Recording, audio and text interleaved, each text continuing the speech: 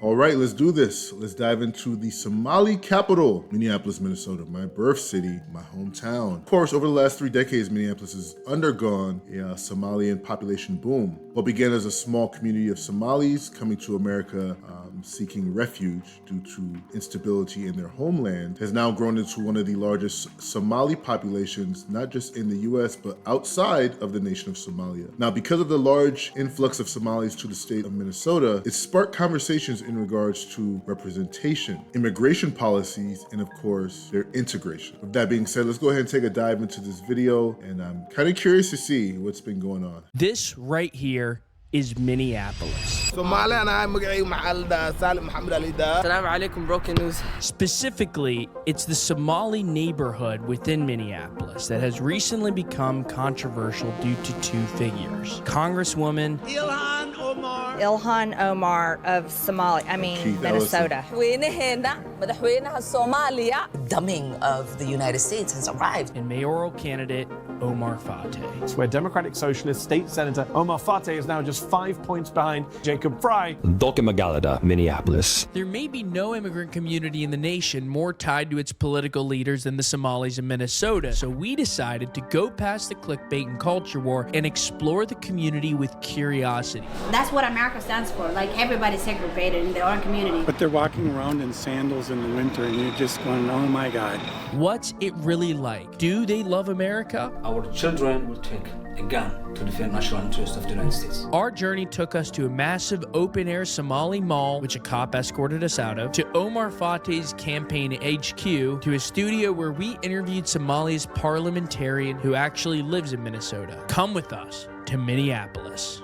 We in Minneapolis, man. Murderopolis, bitch. Ilhan Omar, our mayor, Jacob Frey, and Attorney General Keith Ellison. It's the Somali structure that's, of course, infiltrating our city, local politics, state politics. And of course, it's why this is the pathway for them here. And you heard in that earlier clip, and it's why this is such an easy pathway for them to come to the US, is because they have friends in high places in the Twin Cities. You heard that guy say that, oh yeah, Somali immigrants would defend America with a gun. They would defend it with their life. I want you guys to understand all the corruption that's going on in the state of Minnesota. There was a clip that went viral, which a lady stated that the Somalian economy is taking a hit due to US aid's closure. dad badan ay soo wacay oo waxay leeyihiin Ilhan dawladda Mareykanka inaan la hadashid waaye dawladda Mareykanka maxay ka qabanaysaa jawaabteedu waxay ahayd dawladda Mareykanka waxay ka qabanaysaa wixii annaga aan dhahno dawladda Mareykanka qabo waa kalsoonidaas inaan isku qabno annaga Soomaali hadii aan nahay wadankan annaga ku nool wadankan wadankii aan annaga tax ka dhiibno waaye waa wadankii gabar idinka dhalatayne ee Congress ka fadhiso intii aniga aan Congress joogo wadanka Soomaaliya biyaheeda dad kaleeta iyo badeeda dad kale ma qaadanayaan. That was not the greeting we expected when we pulled into Cedar Riverside. Misconception in my eyes would be that Somali community are a threat. No, before Somali, we're Muslim. And Somali people that are real Muslims that are on their deen and on their way, peaceful. 3 mosques just in walking distance right now as we speak. And it's so beautiful that you can just take your feet and just walk to the mosque. Everything's easy over here. I asked Salim how he ended up in Minneapolis, and he told us that he was actually born in Kenya, which many Somalis fled to after its government collapse in 1991. Obviously, I'm an immigrant. This country welcomed me. For my family to strive in this country, I'm glad and I'm thankful. But Salim then fell into hot water in South Dakota, where he was charged for murder. To this day, if you Google my name, Sioux Falls, you're gonna see murder. It's called defamation of character for real. I missed the birth of... You may not have came straight here from Kenya, but you came by way of South Dakota. You are involved in somebody losing their life. There was a deletion of a human life, and that's how you ended up here. We're not starting this video off on the right foot, but let's continue, because I'm not happy to hear that. My niece. Something you didn't do. Something I didn't even do. I feel like I got a little story to tell too. My name's Salim Muhammad, man, and I ain't not a murderer. Yeah, well, dude, I'm glad at least you're out now, and hopefully you get justice. Justice been served, but to who? We're trying to figure out what happened. Yeah, we have a what happened? Do you know what happened here? Well, do you know what happened here? What surprised us was how many Somalis we met who moved to Minneapolis from other states. There's really been a second migration to Minneapolis for Somalis, first to America and then concentrating there. One of the Somalis who's done just that is Omar Fateh, who was born in DC. Yo, Abdelkader Yassin, Team Kega, we need volunteers. Today, nearly 100,000 Somalis live in Minnesota, and the majority of them are in the Twin Cities. And I want to speak directly to the Somali community. Minneapolis is your city. We are in Cedar Riverside, which is the Somali capital, not just of Minneapolis, but of the U.S. And right behind us are some of their apartment buildings. This is the sort of center of where the Somalis live. Now, 50%. All right, so anybody that's from Minneapolis, from the Twin Cities, we all know these apartments. This is Somali capital. Ever since I was a little kid, I've been to these apartments before. Every single floor smells like urine. It smells like somebody pooped in the hallway, which somebody most likely did. Everything in regards to the Cedar Rapids neighborhood, it all circulates around these towers here. Percent of the people in this neighborhood speak Somali, and we're talking to some of the residents. We then met the facilities manager of these towers, who's managed them for nearly 50 years. But I've worked in it for 46 years. How has it changed? Just different immigrants. So a lot of Somalis live here? Yes. In fact, I think it's one of the largest populations in the cities. Yes, I think they do kind of stick to themselves, but I have a bunch of them that work under me, and they're pretty social. Some of the first ones came here, and I know it's a money issue, but they're walking around in sandals in the winter, and you're just going, oh my God. But they came here. Once they got established here, then they follow each other. Right. So they want to be with people that speak the same language, and it has changed a lot. There's several bars that used to have live music, the last of which just closed a few weeks ago, and the Somali East African people have been buying those buildings up for daycare centers, mosques, and various things. So the neighborhood's changed a lot, but I consider it an evolution. This Omar Fateh, who's running for mayor, do you have an opinion on him? Not a real positive one, but... You like Jacob Fry? Better than... So of course, Omar Fateh, who is running for mayor, the guy everybody's been roasting online, saying, who's the captain of the ship now, et cetera, et cetera. Well, he's a state senator representing District 62, which covers South Minneapolis. Don't like him. He's made it very clear that his interests do not lie with Minnesotans, but rather it lies with immigrants and protecting immigrants. And this is just, you have to pay attention to the rhetoric, because that's where they get you. His concern is with his Somalian people, not with the people of Minneapolis or of the people of Minnesota. He was born here. He's from DC. So you can't say he's not a citizen.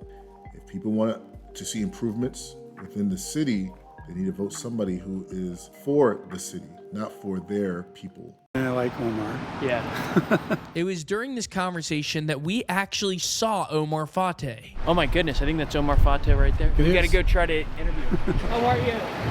Nice to meet you. Hello. We didn't want to shove the camera in his face, so we asked him for an interview, then later implored his campaign team to talk to us. Unfortunately, no luck. Everywhere we looked in this area, we saw Omar Fateh signs, and his popularity has enraged the right, including Trump's deputy chief of staff, Stephen Miller, and other conservative voices who consider him a travesty. Well, the Democrat Party has become a party that aids and encourages violence. Fateh has indeed made a number of controversial claims. The greatest domestic threat facing the United States comes from, quote, specifically those who advocate for the superiority of the white race. But he's not the only Somali politician who's done that. Congresswoman Ilhan Omar, who's elected to Congress alongside AOC in 2018, has invited much controversy herself. Our country should be more fearful of white men, because they are actually causing most of the deaths within this country. Yeah, there is nothing more up than to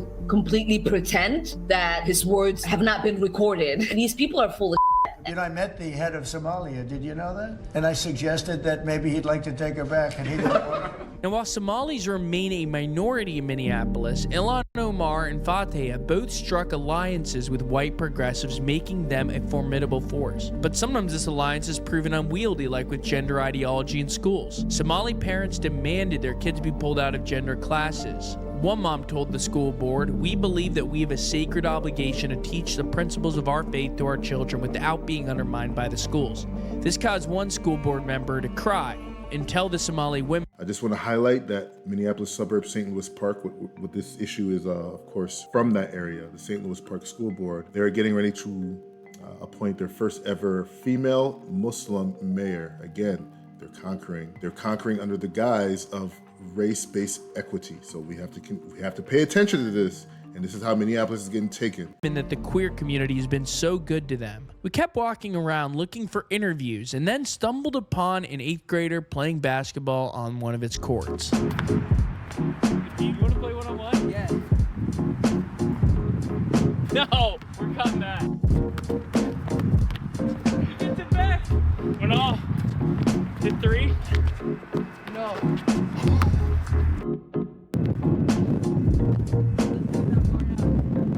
Bro, you just winded the hell out of me. How do you like living here? It's good, but it's still dangerous.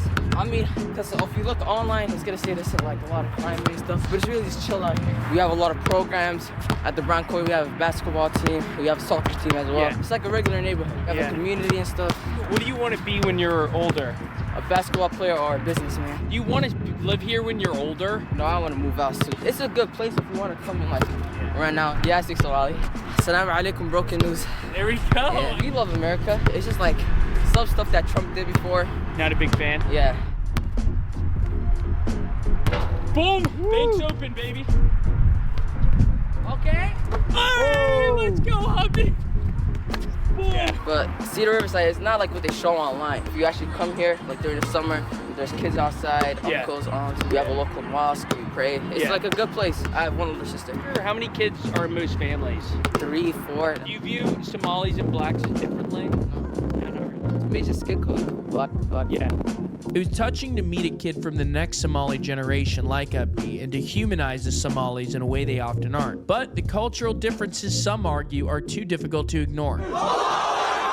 The Cedar Riverside neighborhood has changed enormously in recent years. All right, so you'll see a ton of now closed businesses in this neighborhood, like this bar here. So there are a bunch of bars that have closed down. This used to be a Scandinavian neighborhood, and now because of the Somali majority population, they don't make as much sense. But it wasn't just in Cedar Riverside that the Somalis lived. We next visited the massive open-air Somali Mall just a few miles away, where we had a little snag. By the way, if you're enjoying this video, please make sure to subscribe. We capture the world without bias or fear, and these kind of videos bring that mission to life. The right want to make Somalis look bad, the left want to elevate them. We try to just hold a mirror. If you support that mission, hit subscribe. Now back to Minneapolis. All right, so we're pulling up on the Somali Mall in the area, the Carmel Mall, which is the largest Somali mall. The Carmel Mall was massive. These shots simply don't do it justice, and this footage probably won't do the overwhelming sense of alienation we felt inside. This is Somali headquarters. This is where everything goes down, from commerce, finance. There's mosques in here. Basically, what's happening with the entire neighborhood out there in Cedar is every time shops close down, the Somali community, they band together and they purchase those shops. So again, this would not be an issue if we see integration, if they're attempting to assimilate within the United States in our culture. But that's never the case, unfortunately. It's always like, what's their angle? You guys are coming here, you're taking advantage of all the fruits that America has to offer. But of course, it's more so self-seeking, and that's where a lot of the red flags raised. But yeah, this is definitely Somali headquarters for all of probably the U.S.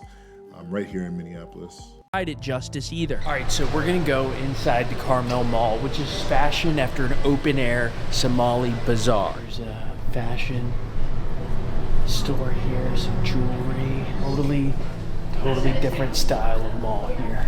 You get the henna stand over here.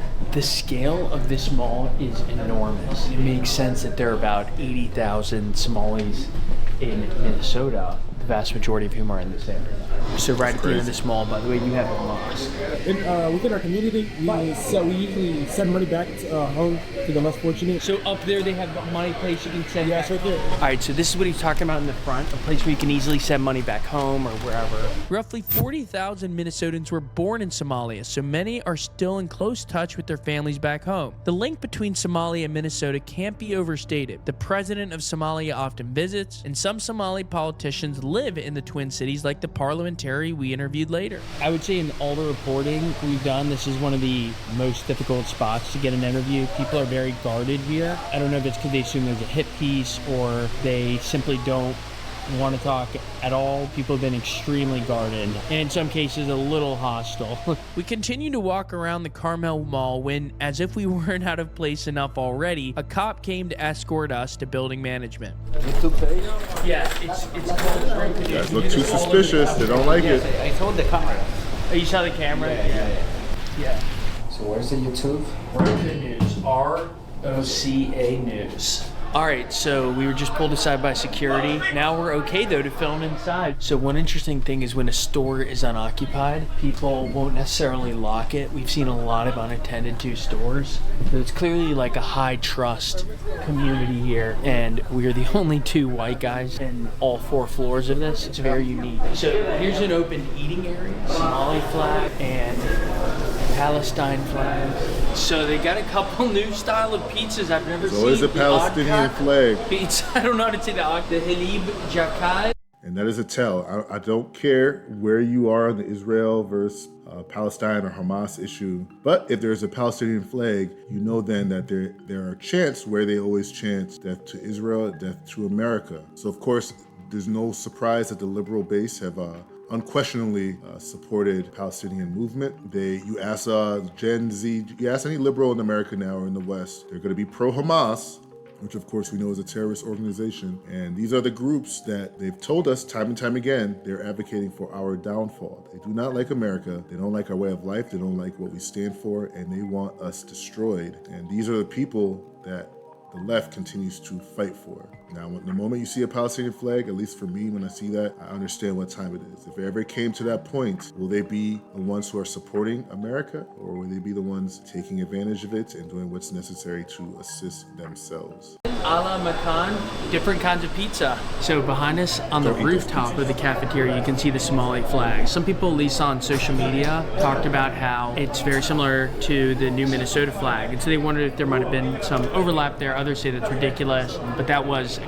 topic of conversation. A couple recent polls, somewhere around half of Minnesotans said they wanted to keep the old flag. We then interviewed a woman entrepreneur from Somalia who had some fascinating insights. The flag controversy, ask any Minnesotan, their blood will boil because it looks like we've been conquered by Somalia. Our new flag just so happens to look just like theirs, same color scheme, a star that's white. It's so infuriating, guys. It's so infuriating. Of course, whoever runs next, because we can't let Tim Walz win again, they better have on their docket to reverse the flag change. Return us back to our original flag. I don't care if we try to create another one, but it cannot be this flag. Oh my gosh, it's so infuriating. I moved from Sweden 5 years ago. What brought me? I came here because there was already Somali community established. So I said, okay, let me go there so that I can start my business. Somali community are like huge supporters for each other. The white Americans around, are they friendly? Are they not? I know none of them. When I was coming to America for the first time, I was carrying a Swedish passport and I was black and hijabi, you know? And the officers in the immigration, they were like,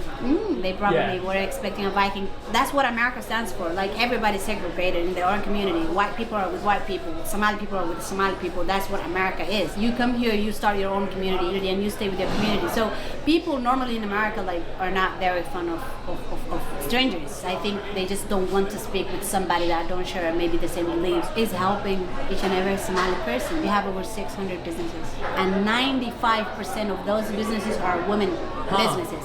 But what I can tell you, Somali women are those who build the entire Somali. Is there a conflict between Ilhan Omar's progressive views and conservative Muslim teaching? When it comes to us, basically my view, no. But then I don't know how somebody else can view her. I just applaud her. I love her. Like as Black, African, Somali, Muslim, like women, I look up to her, definitely. Like she is what every Black Muslim hijabi woman wanna be. What do you do here in this business? We basically do money transfer, and a lot of people help back home. That's the truth. You see all these people, like old women that don't even speak good English, work. Every morning they wake up and they open their businesses and they welcome people and they sell. Everybody's just here to pursue their American dream. I came at an early age and I have never thought of leaving my religion or my culture, but I always embrace whatever culture I come to. The first time that I came to America, like, I have to identify myself as a black person. I have never seen anywhere in the world, and I have lived so many places in the world. I think America is the one that encourages people to identify and segregate people and put people in different boxes, and I think that is what America encourages. Somali people, they never felt like they were fully African or fully black or fully Arab. They always say, I am Somali. Some of them identify themselves as Arab people. Some of them identify themselves as black people. And here they have to like put themselves in a box. So that's what I have learned in America. Sure, it's a good opportunity to move to America, but do Somalis love America, though? We ended our trip to the nondescript office of United Somali TV, where we interviewed Somalia's parliamentarian Mohammed Dini for a discussion on Somali-U.S. relations. In the Middle East, no other nation came to us because there was a warlords in Mogadishu, and Americans came to us. They assisted Somali people and paid millions of dollars. Number one supporter when it comes to Somalia's stability and peace is Americans.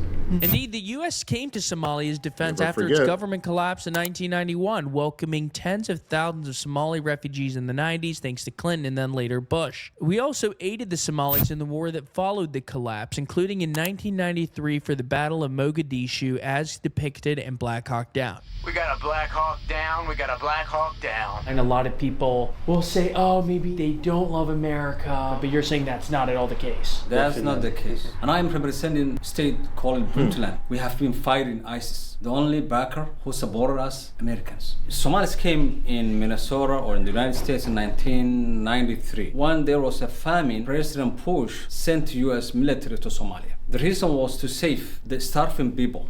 I appreciate that. Somali Americans belong to this great nation. Somalis in America, again and again, love United States of America. They want to defend American value.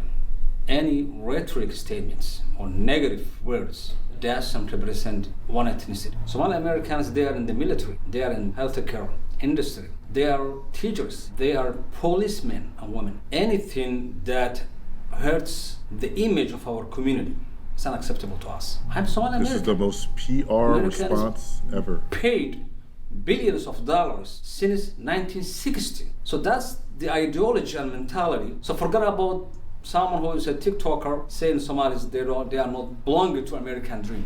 Yeah. We belong. Ilhan Omar, a congresswoman, and Mr. Fateh, they are Americans and they are Democrats. 99% of Somali community already mixed within the American political system. They are working to build a better America. And also Minnesota is a great and miracle state because the majority of Somali community that live in this state. Every Somali American, whether he's a left or right, they are contributing again and again to American dream. Living in the United States and living in the great state of Minnesota was a gift from Allah, God. So he highlighted here, and some people tend to ask the question like, okay, so why don't Somalis integrate well? Well, number one, they didn't come here necessarily by choice. There was a war in their region, and of course, George Bush Sr. Elected to take them in. So they didn't come here because they chose to come to America. They wanted to come here. They came here because they were fleeing war and persecution. So that means, of course, they're coming with no, most likely no education, not necessarily able to speak English. Of course, they tend to keep to themselves and design very close-knit communities. Again, if you're not willing to speak the language here in the country, then of course you're going to depend on one another, and that's why their communities are so interlocked, because they can communicate with one another. So cultural beliefs are the same, the worldview overall is the same. And of course, statistics have shown that when you have groups of people that try to come to America, and of course they end up occupying low-wage jobs, they tend to consistently have low rates of education. This combination slows integration. They're trapped in probably like some warehouse jobs or doing some underpaid work. They're not seeking education. They're not getting GEDs or college degrees.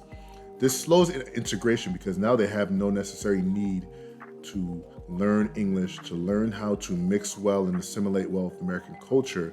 More so, they're just focused on survival, and they utilize and tap into their small Somali communities, or one point was small, to survive.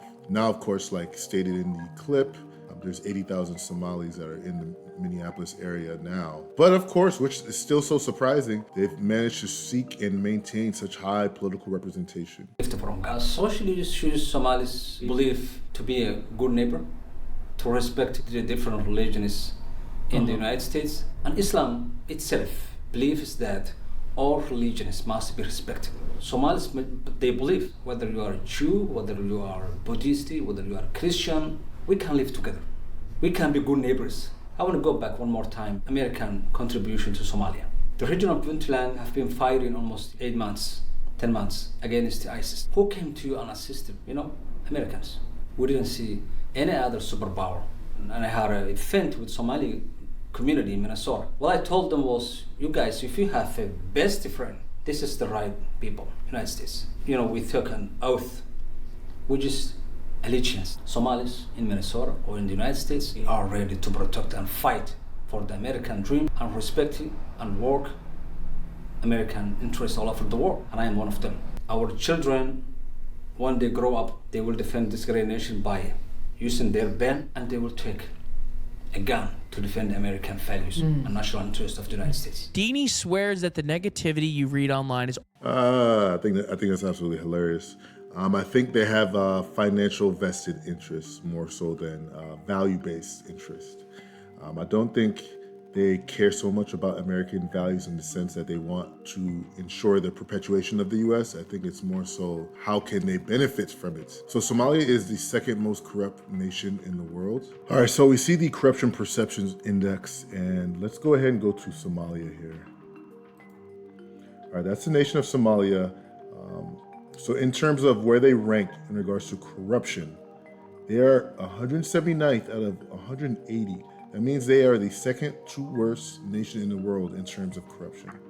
Obviously, the opposite end would be right here. You have Denmark as the least corrupt in the world, etc. And you go on down.